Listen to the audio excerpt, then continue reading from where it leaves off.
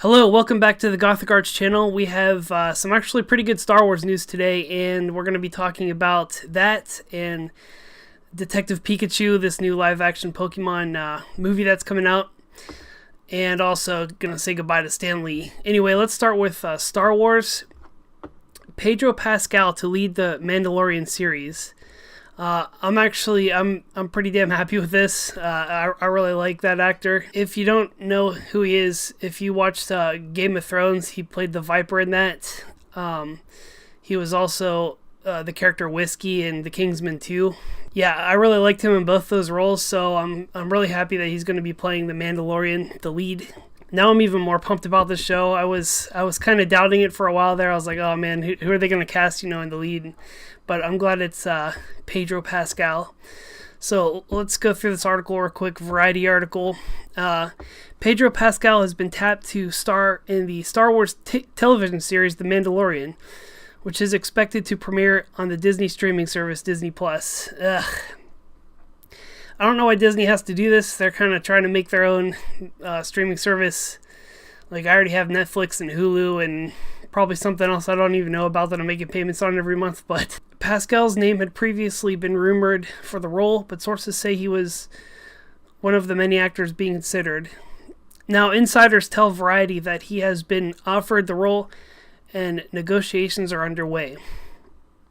Jon Favreau penned the series, which is set after the fall of the Empire and before the emergence of the First Order. It follows the travails of a lone gunfighter in the outer reaches of the galaxy, far from the authority of the New Republic. Disney recently announced that Dave Filoni, who has worked on Star Wars The Clone Wars and Star Wars Rebels, will direct the first episode of the series. Favreau is also executive producing the show along with Filoni, Kathleen Kennedy, and Colin Wilson. Oh, it says Disney also announced in an earnings call on Thursday that it would be doing a prequel series on the Rogue One character Cassian Andor, played by Diego Luna. I think he's a really good actor and he's good at action scenes, so I think that'll be good. I'm looking forward to seeing that. Now let's move on to Detective Pikachu.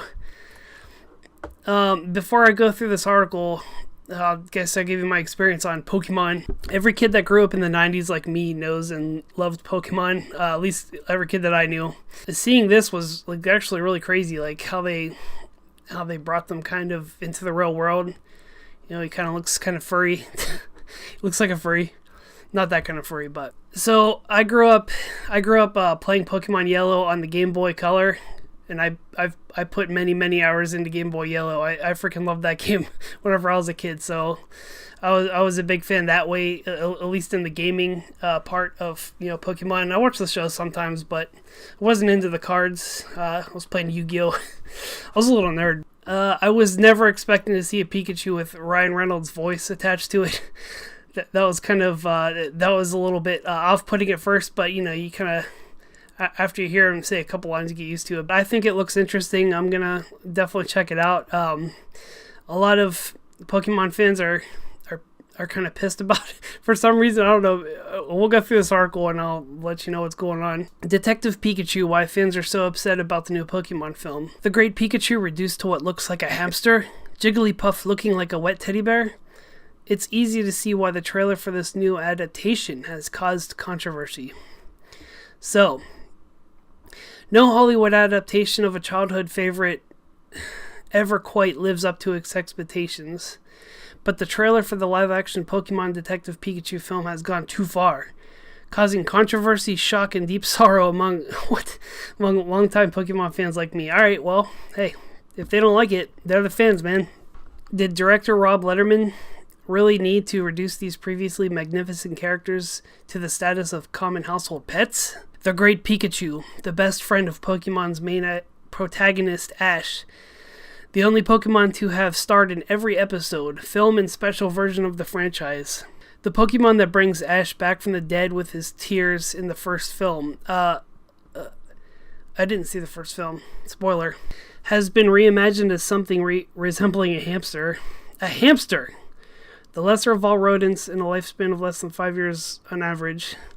I don't think he looks like a hamster. I think he does look like, what Pikachu might look like in real life. Another one of the Pokemon's world creatures Jigglypuff, known for its smooth pink flesh and... I'm not reading that word. Fans are arguing about whether it should have fur at all. Yeah, I don't... At least to me, Jigglypuff was always like a balloon. In fact, I think I remember from the game that it was like a balloon type Pokemon, so he should have probably been a balloon. You know, he is furry. I could see why fans would be pissed about that. Fans are arguing about whether it should have fur at all, but either way it looks scrappy, like a teddy bear that has been through the wash, or a stressed cat. The filmmakers have managed to take a Pokemon that is literally born from happiness and turn it into a cross between Pat Butcher and a tired Elvis tribute. The wonder of Pokemon is that they are larger in life, magical and mysterious creatures with which our imaginations can run wild. It is why no one has complained about the big screen version of fellow Pokemon creature Bulbasaur, who looks pretty out of this world in the trailer, and why Charizard, that could most closely be compared to a dinosaur or a dragon in the trailer, rather than any creature that currently walks the earth, has caused considerably less outrage than the others. Yeah, I really liked how Charizard looked in the trailer. It's really cool. He's my favorite Pokemon, so Charizard my favorite Pokemon. Maybe all reincarnations of our favorite childhood characters are doomed to fail because they never really meet our imaginations. I'm so low. But Pokemon usually escapes this fate and has never tried too hard to be realistic in the first place. Yeah, it is really hard to bring animated creatures to the real world. I mean, they have a certain look to them, and a lot of that is, the aesthetic of being a cartoon. But I think they're really taking a chance with this one. In another article I read about this trailer and about the fans' reaction to it was Mr. Mime. So here's what Mr. Mime looks like in the cartoon. And here's what Mr. Mime looks like in this trailer. I think it was kind of funny because they made him have like flesh. He's got these freckles and this little peach fuzz on the top of his head, and like all this is like fleshy. It is very, very off-putting. I thought it was kind of funny how like all the fans were like, what the hell is this thing? All right, I'm gonna get this off the screen right now. It's scaring me. So are you gonna go see this movie? Are you excited about this? Let me know down in the comments. I think it definitely looks interesting, and Ryan Reynolds, is a funny guy, so I think he'll really bring a lot of comedy to the movie. So the last thing I want to talk about is, of course, Stan the Man Lee passed away this week, at the age of 95. Very sad. Stan created an entire universe that all of us have enjoyed, like, for all of our lives. Really appreciative of his work in the Marvel Universe and what it is today. He was also a U.S. Army soldier, and, everything that he's brought to this world, all the imagination and all the creativity and characters and villains, I'll never forget it. So just wanted to put that at the end of this video. There probably wouldn't even be much of a comic industry right now. So that's all for today. Thank you for coming by and watching and hanging out a little bit. I'll probably be live streaming this week more. I'm always over on Twitch. Come over there, hang out with me. But I will be doing some live streams on YouTube. Hopefully get some other guests to come in, hang out.